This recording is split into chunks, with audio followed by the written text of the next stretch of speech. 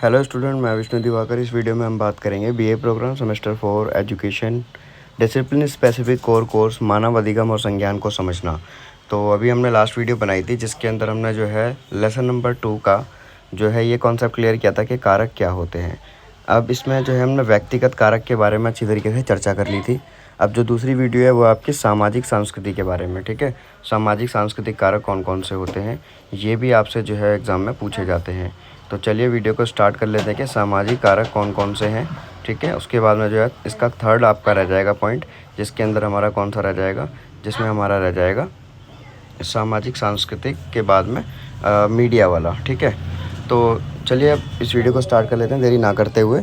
तो इसमें सबसे पहला क्वेश्चन आपका जो पूछा जाएगा वो यही पूछा जाएगा कि चिंतन और अधिगम को प्रभावित करने वाले कारक कौन कौन से हैं, जिसमें से आपका एक क्वेश्चन आ सकता है कि व्यक्तिगत कारक बताइए।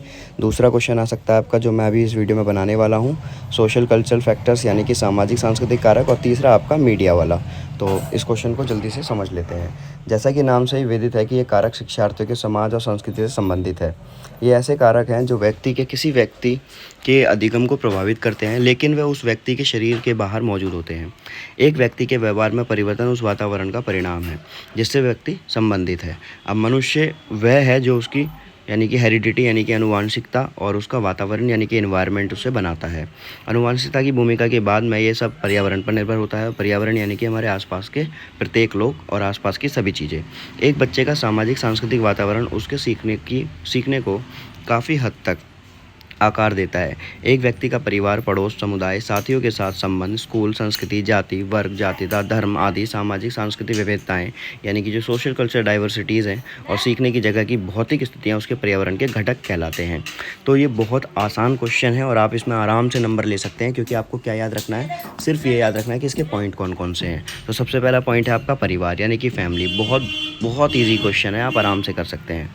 तो देखो इसमें सबसे पहला क्या है, जो कारक है वो परिवार है। एक बच्चे के जन्म लेने के बाद मिलने वाला सबसे पहला वातावरण होता है। वह सामाजिकरण की एक प्रक्रिया है जहाँ समाज के सदस्य बच्चे के विकास में मदद करते हैं। अब देखो परिवार जो है वह पहला स्थान है जहाँ पे बच्चा जो है अपने मोरल वैल्यूज़ हो गए, जो बिलीव्स हो गए, मैनर ऑफ स्पीकिंग हो गया, बिहेवियर हो गया, लाइफ स्किल्स हो गए, सोशल स्किल्स हो गई, एटीट्यूड, कल्चर, आइडेंटिटी यानी कि पहचान, बोलने का तरीका, जीवन कौशल, संस्कृति, सब के बारे में जानता है। प्रत्येक परिवार की अपनी बाल पालन शैली होती है अलग अलग तरीके से। दूसरा हमारा आता है इसमें पेरेंट्स यानी कि माता पिता। एक परिवार में माता पिता का बच्चे के अधिगम पर सबसे अधिक प्रभाव पड़ता है। यदि माता पिता अपने बच्चे के साथ में एक स्वस्थ संबंध बना सकते हैं तो वह एक मजबूत बंधन को जन्म देगा। ऐसा बंधन जो कि सहयोगात्मक शिक्षा यानी कि कोलैबोरेटिव लर्निंग को बढ़ावा देगा। यदि माता पिता द्वारा बच्चे का मार्गदर्शन उचित रूप से नहीं किया जाता तो बच्चा सीखने की डगर को छोड़ सकता है। तीसरा पॉइंट है इसके अंदर इसके पीयर्स यानी कि सगे संबंधी, ठीक है। तो सगी साथी यानी कि जो भी इसके साथ होंगे, इसके दोस्त होंगे, वो परिवार के बाद में साथियों का सब बच्चों पर चिरस्थायी प्रभाव पड़ता है। उन्हें एक दूसरे का साथ पसंद होता है। वे एक दूसरे के व्यवहार की नकल करने और उसका पालन करने की कोशिश करते हैं। अब क्या होता है कि जो पीयर्स होते हैं यानी कि जैसे अगर मेरा दोस्त है कोई, अगर वो ड्राइविंग करता है, तेज़ कर रहा है, तो मेरा भी कहीं ना कहीं उसको देखकर मन करेगा।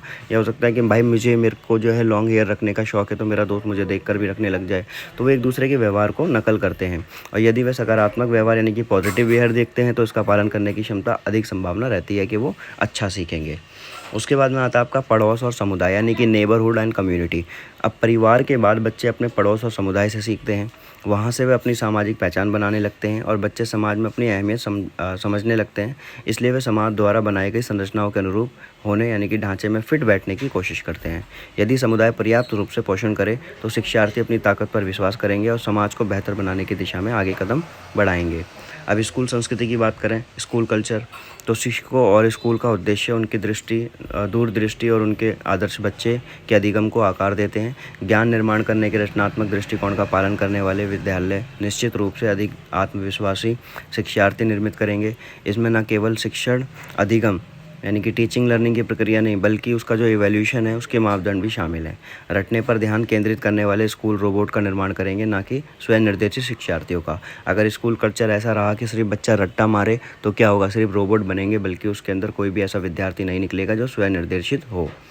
फिर आता है उसके अंदर लर्निंग स्पेस। अब ये भी बहुत एक इम्पॉर्टेंट है कि भाई लर्निंग प्लेस कैसा बच्चे को मिल रहा है। कम संसाधनों के साथ में अच्छा कार्य कर पाना बहुत मुश्किल होता है। उचित प्रकार के उपकरणों के बिना प्रयोग करने की गुंजाइश कम या ना के बराबर होगी। इसलिए सीखने की जो जगह है, इसकी कमी से भी स्वैच्छपूर्ण गतिविधि कम होगी और कोई भी सीखने का स्थान तभी योग्य होगा तब उसे सीखने के उद्देश्यों को ध्यान में रखकर बनाया जाएगा। ठीक है, जैसे कि अगर हमारे को स्कूल में देखा होगा आपने कि बुक्स अगर पढ़नी है तो लाइब्रेरी बनाई हुई है। अगर कोई लैब, अगर आपको जो है एक्सपेरिमेंट करना है तो लैब में लेकर जाते हैं। तो एक सीखने की ऐसी जगह होती है जहाँ पर हमारा इंटरेस्ट क्रिएट होता है। फिर आता है इसका हमारा सामाजिक सांस्कृतिक विविधता, यानी कि सोशल कल्चर डाइवर्सिटी जो है। हमारा देश विविधताओं का देश है। यह धर्म, जाति और वर्ग जैसी विभिन्नताएं, सामाजिक संरचनाएं इसके अंदर मौजूद हैं। हमारे जीवन का एक अविभाज्य अंग है जिसको हटाया नहीं जा सकता। इसलिए उनके प्रभावों का भी अध्ययन करना आवश्यक है। कम आर्थिक और भौतिक संसाधनों वाला बच्चा सीखने के सभी अवसरों से वंचित रह सकता है। तो आई होप आपको जो है यहाँ पर वीडियो समझ में आई होगी। तो ये आपका जो है लेसन नंबर 2 का जो है 3rd पार्ट है, जिसके अंदर हमने जो है व्यक्तिगत कारक के बाद में सामाजिक कारकों के बारे में चर्चा की थी। और अब इसकी लास्ट वीडियो बनेगी, उसके बाद ही आपका लेसन ख़त्म हो जाएगा। Thanks for watching.